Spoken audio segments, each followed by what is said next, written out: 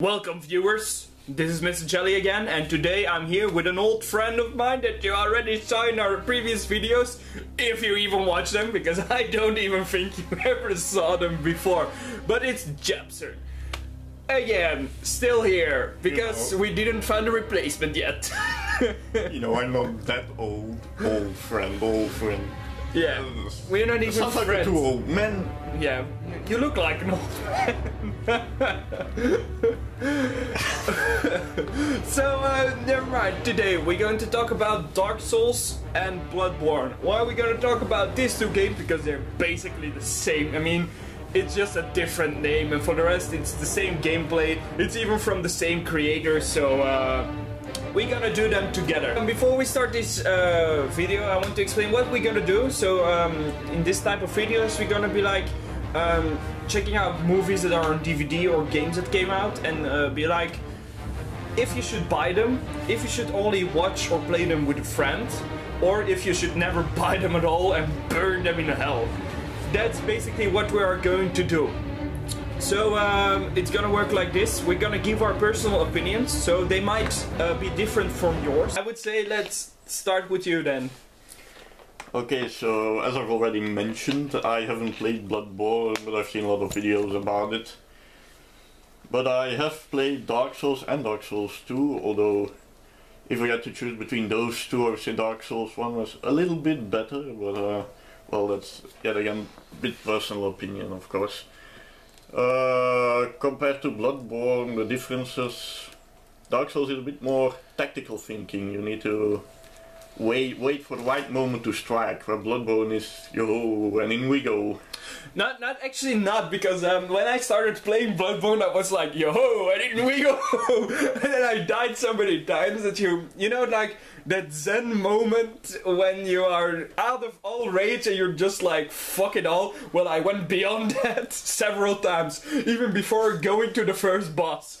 So you need a bit of tactic, but I admit it's not as much as Dark Souls, but it's not like, hey yo, and here we go, and we're just gonna slash everybody, and it's gonna be all okay.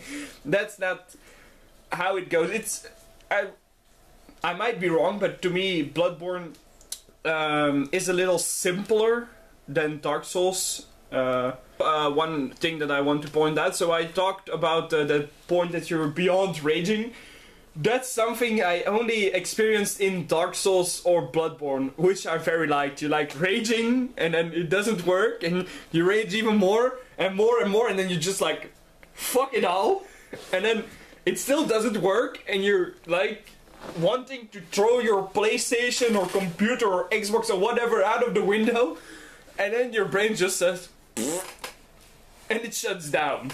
And then when you defeat that difficult boss or the difficult part, it isn't always a boss. Before No. Light Town in Dark Souls, that was such a thing. When you finally beat that part, that euphoric pants-jizzing feeling of happiness you get, it's amazing. Not a lot of games do that these days. And then you realize you just begun and you only beat it the first boss or something, and then you're like, oh fuck, and then you need to start all over again. And yeah, that's actually awesome. I know, that's also a thing I like about these games. I don't have a lot of games that leave this empty feeling when you're done, that I want more of this, I want more, where is more? And there just isn't more, and so it leaves a void. Yeah, but that's awesome, because not a lot of games could give you that feeling, because you're like, I played it out, we go to the next game. But when you're done with a Dark Souls or with Bloodborne, you're like, I need more. I want more of this game, and then you just can't wait until the next one comes out, actually. It's just not like playing The Sims for, let's say, you drown someone in a pool, or lock them in a room without doors, and then you're okay, that's The Sims out with that game, and it doesn't leave. But that's just the thing about Bloodborne and Dark Souls. You put so much effort in it that you're like, is this it? Did I put all this effort in for this? Well, not to say that the ending isn't good or anticlimactic. No, not at all. But you just are like, I hope there was more. You always hope there is more, and that's an awesome thing about these games. That's what you always have with a good game. I The do. story settings are also very nice. The way both these games tell their story without actually telling you something. You have to puzzle it together and look around in your surroundings, then listen to dialogue or read things to figure out what's going on.